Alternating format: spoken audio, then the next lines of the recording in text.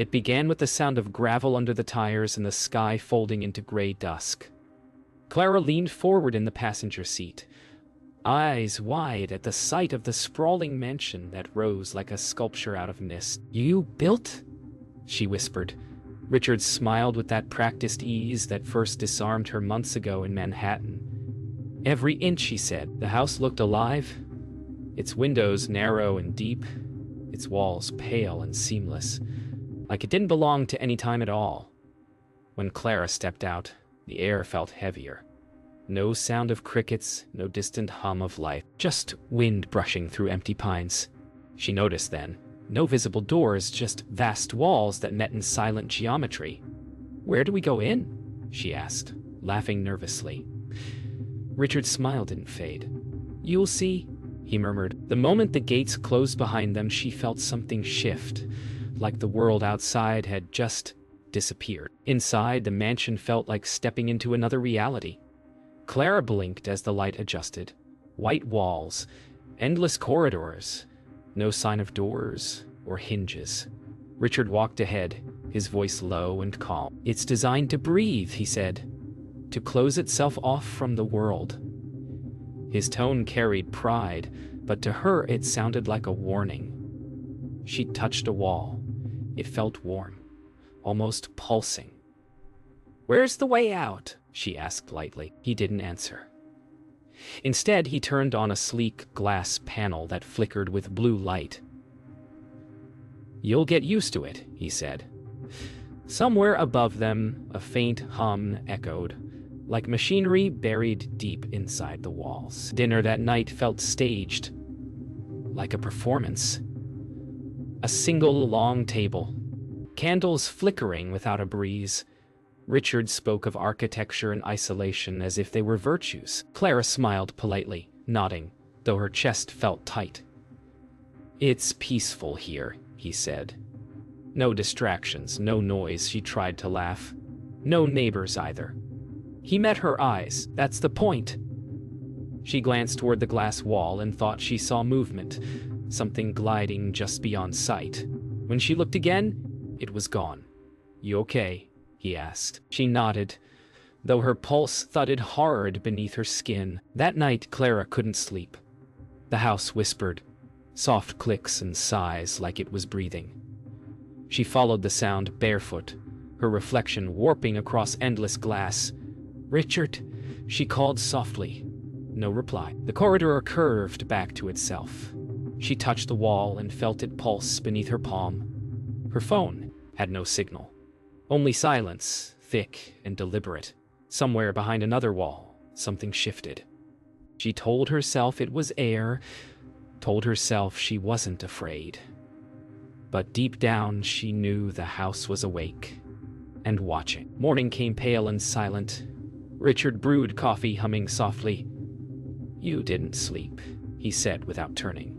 Clara sat at the counter, eyes hollow.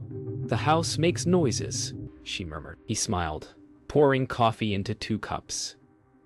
"It's alive, in a sense. Architecture that reacts." His voice carried reverence, but she couldn't shake the image of breathing walls. She tried to open a window. It wouldn't move. She pressed harder. "You sure this thing isn't locking us in?" she asked, half joking. Richard turned, his gaze steady. "Why would you ever want to leave?" 3 days passed before Clara realized she hadn't seen the sky. Every window opened to light, but not air.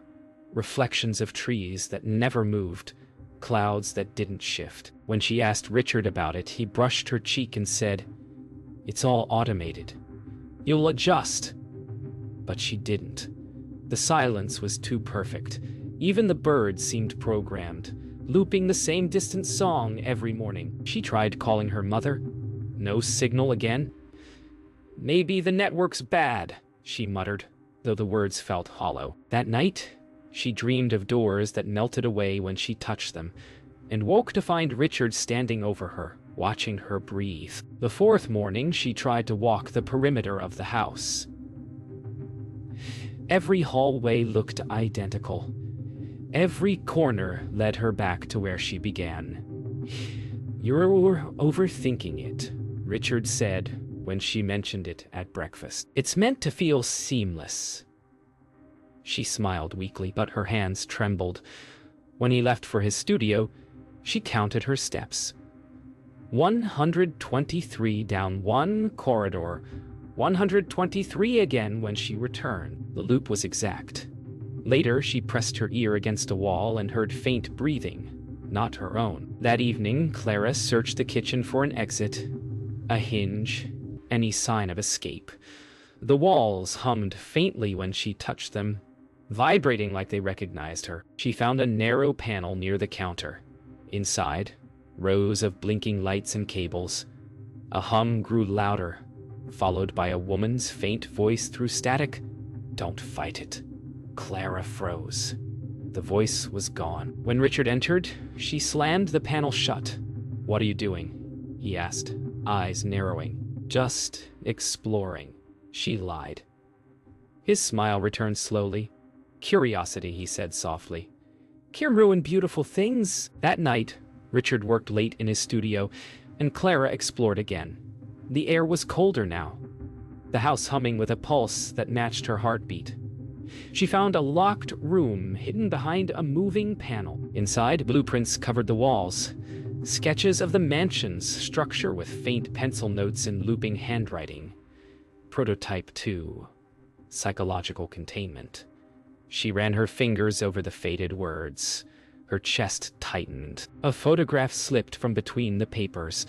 A woman standing where she stood now smiling. The caption read, "Evelyn Vale, 2016. When Richard returned, Clara tried to act normal. "Your wife," she began carefully, "Evelyn. She was an artist." He paused mid-step, smile tightening. "She understood the house," he said. "She became part of it." His tone was final. That night, Clara lay awake, whispering Evelyn's name into the dark. The air shifted as if responding. A faint hum answered back, and somewhere deep within the mansion a light flickered on by itself, one she hadn't seen before. Clara woke to the sound of her own name echoing through the hall. She rushed out, but the corridor was empty. The air was cold still. When she returned to the bedroom, Richard stood by the window, smiling softly. "You've been talking in your sleep," he said. "You called for someone." "I heard a voice," she whispered. "It said my name." He walked toward her, slow and calm. "This house carries sound strangely. Don't let your mind play tricks on you." His words felt soothing, but his eyes didn't. When she tried to open her phone, the battery was dead again. He reached for it. "Let me fix that for you." And then, just like that, her last connection to the outside world was gone. Days began to blur. Richard insisted she rest more, sleep more, take the vitamins he gave her. "You're exhausted," he'd say, stroking her hair. She felt heavy, slow, uncertain whether she was dreaming or waking. Sometimes she'd wake in different rooms, unsure how she got there.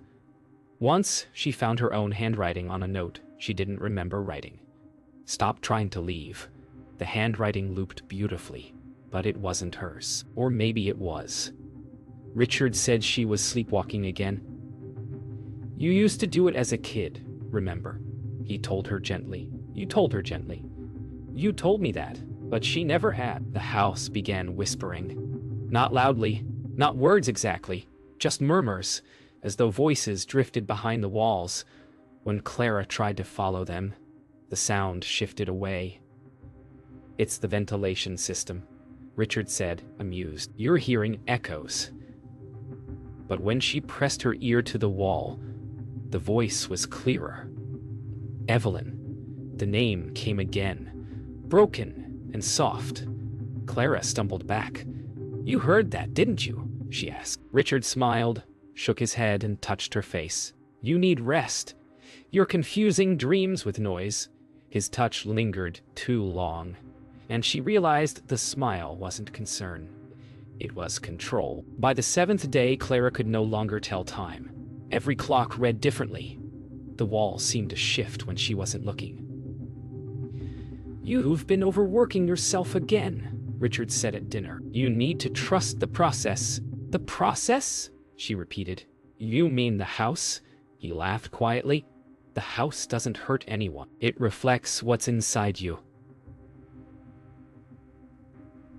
That night, she tore through her belongings, searching for proof that she was still real. She found a photograph of her and Richard from New York, but her own face was blurred, as if erased by light. That evening, the power flickered and the entire mansion plunged into darkness. Clara groped for her phone, but it was gone.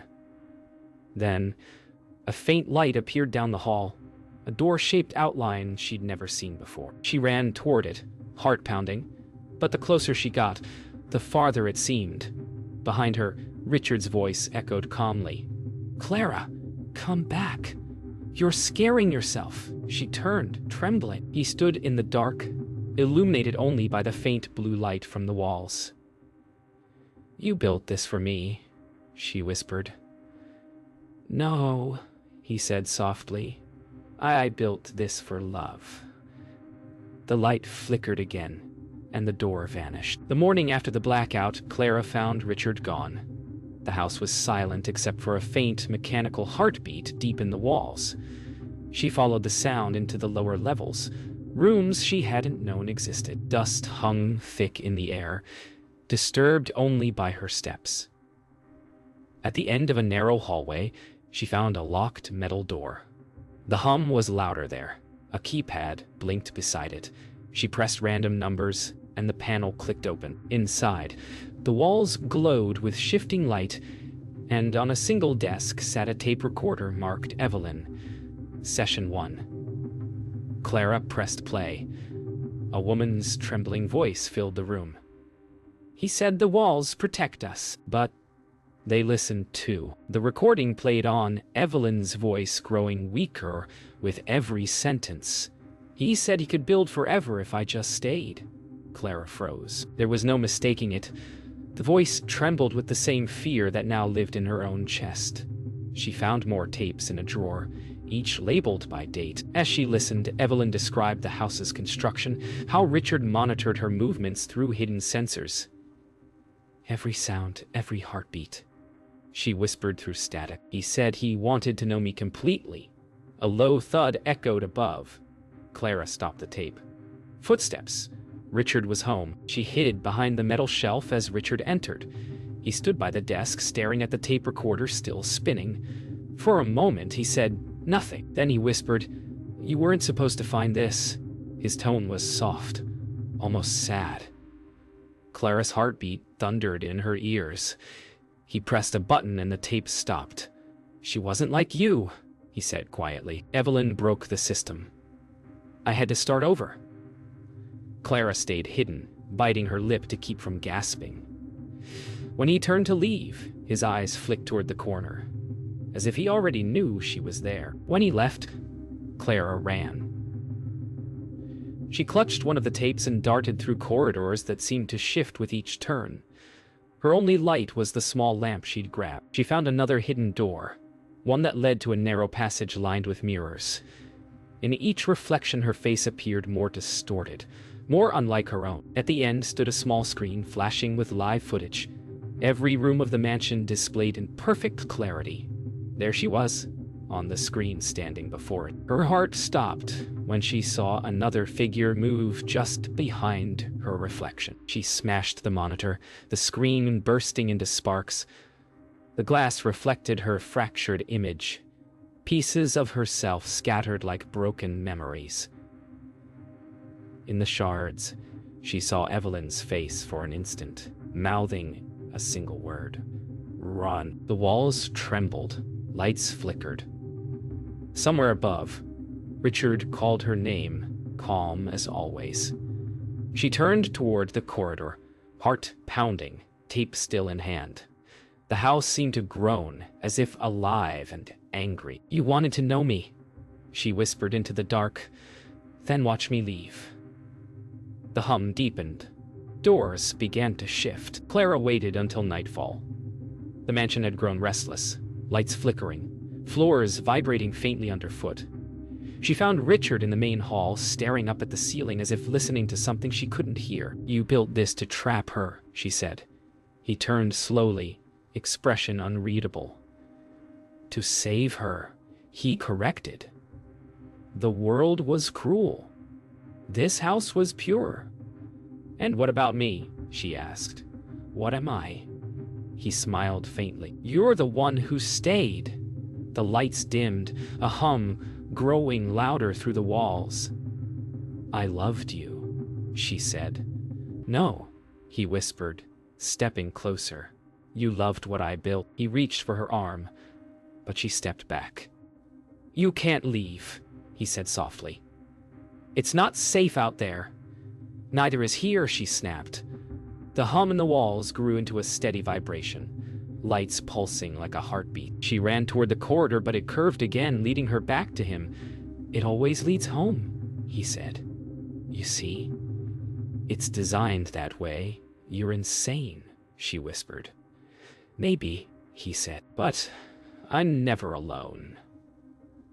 The house answered with a deep metallic groan, as though agreeing with him. Clara darted into the control room. The walls pulsed red, every screen displaying her movements from different angles. She grabbed the nearest monitor and hurled it to the ground. Sparks flew. Richard's voice came through the speakers, calm but echoing. "You're breaking perfection." "Perfection kills," she shouted. It killed her. For the first time, his voice faltered. "Evelyn didn't understand the design. Neither do I," she said. "But I'm still alive." She grabbed a steel rod from the floor and smashed another screen. The hum turned into a roar. The mansion was fighting back. Richard appeared in the doorway, his calm cracking for the first time. "You can't fight it," he said. "It's bigger than both of us." "It's a tomb," she replied, "and you built it because you couldn't let go." He took a step forward, hand trembling. "She loved me." "No," Clara said. "She feared you." She raised the steel rod. "And so do I," he smiled faintly, eyes wet. "Then you finally understand me." He lunged. She swung. The impact echoed through the walls like thunder. For a heartbeat, the lights died completely. When the lights came back, Richard lay still. His face calm, almost peaceful, blood pooling beneath him. Clara dropped the rod and stumbled backward. The mansion groaned, walls vibrating violently. She ran, heart hammering, through corridors that twisted and collapsed behind her. "You wanted to keep us here forever," she gasped. But nothing lasts. A high-pitched whine filled the air as sparks burst from the ceiling. The last door, one she'd never seen before, slid open at the end of the hall. Cold dawn light seeped through. For the first time, she saw the outside world waiting. Clara ran until her lungs burned. The walls shifted behind her, sealing off corridors as she passed. The mansion was alive, angry. Sparks fell from the ceiling. Alarms howled in mechanical pain. "Come on!" she shouted, as if the house could hear her. Every turn led to another wall, another dead end. Then, ahead, she saw the service hatch Evelyn's tapes had mentioned. It was half-hidden, small, covered in dust. She pried it open with shaking hands, metal screaming under her grip. Behind it, a narrow tunnel stretched into darkness. "Please," she whispered. "Just lead somewhere real," and she crawled inside. The tunnel was suffocatingly tight, lined with pipes that dripped condensation onto her hands. The air smelled of rust and electricity. Every few feet, she heard Richard's voice echo through unseen speakers. "You'll die out there." She bit her lip hard enough to taste blood and kept crawling. The light from behind her flickered and died. Only the faint blue glow from her phone guided her now. Then, footsteps, slow, deliberate, from the tunnel behind. She froze, listening. The voice came again, softer this time, almost kind. "Come back, Clara. It's safer here." She kept crawling. After what felt like hours, the tunnel opened into a round chamber filled with humming machinery. Fans spun above, and a single shaft of dawn light cut through a crack in the ceiling. Clara stared up at it in disbelief. Real light, not reflection. She climbed the machinery, fingers slipping on cold metal, body trembling from exhaustion. Every sound echoed like thunder. Below, the tunnel lights flickered again. "You can't leave me here," Richard's voice boomed, fractured through the speakers. "We're the same." "No," she whispered, climbing faster. "You built this to feel like God, but you're just another ghost." The higher she climbed, the louder the mansion screamed. Alarms blared. Lights flashed violently, as though the structure itself was rejecting her escape. Panels slammed shut beneath her feet, nearly catching her legs. "You can't survive out there," Richard's voice roared. "You belong here, not anymore," she cried, hauling herself toward the light. The crack widened, tearing open with a metallic shriek. Cold air rushed in, stinging her lungs. The sky above was pale and endless, a color she'd almost forgotten. One final pull, and she was free. She stumbled into the forest, bare feet sinking into the frost-covered ground. For a long moment, she just stood there, shaking, breathing, feeling wind on her skin. Behind her, the mansion rumbled, walls folding inward as if imploding. The sound was almost mournful. She turned once to look back. For a heartbeat, she saw a figure in one of the upper windows, Richard watching her leave. Or maybe it was Evelyn. The glass shattered, and the figure vanished. Clara turned toward the rising sun and began to walk. Each step sounded like freedom. 2 weeks later, the mansion stood silent, its ruins fenced off by local authorities. Reporters called it the house with no doors, spinning theories of murder and madness. Detective Marla Cruz arrived just after sunrise, boots crunching over frost. She'd read every page of the case file. One dead architect, one missing woman, and a house that had no blueprints on record. But what caught her attention wasn't the rubble. It was the power still humming beneath it. Somewhere deep inside, something was still running. "Turn off the grid," she ordered. The technician tried, failed, and frowned. "Ma'am, it won't shut down." They found Richard's body near the lower level, burned, broken, but strangely peaceful. Near him, a cracked cassette player still clutched in one hand. Detective Cruz knelt beside it, listening to the faint hum. Inside was a tape labeled Evelyn. Session 1, same as the others. An officer murmured. Cruz frowned. "Others?"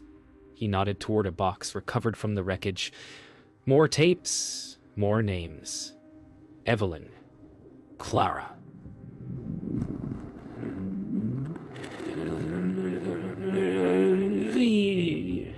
She brushed the dirt from the labels, each written in the same neat handwriting. "He didn't just build it for one," she whispered.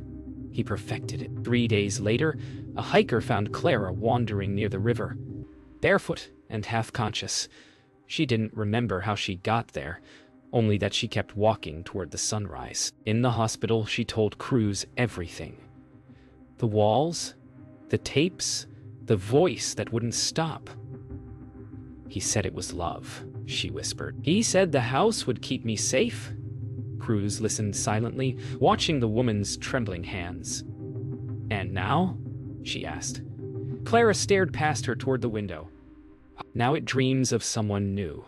The machines around her flickered once, just as the lights dimmed. Cruz drove back to the site before dawn, compelled by something she couldn't explain. The wind cut sharp across the frozen ground, carrying the faint hum of power beneath the ruins. She followed it to the collapsed entrance, where concrete split around a glass panel still glowing faintly blue.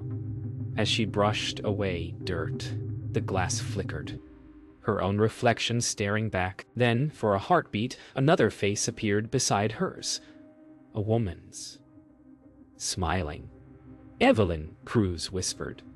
The glass pulsed once, as if answering, then the light died. Months later, the property was bought by an anonymous developer. The ruins were cleared, a new foundation laid. Workers joked about the strange hum in the soil, the way their tools sometimes shut off by themselves. One evening, as the foreman looked up, he noticed a small blinking light buried under the gravel. Curious, he brushed it off. A black panel, still warm to the touch. His reflection flickered across it, joined by another face in the glass, faint but smiling. The sound of a woman's voice echoed softly through the static. "Welcome home."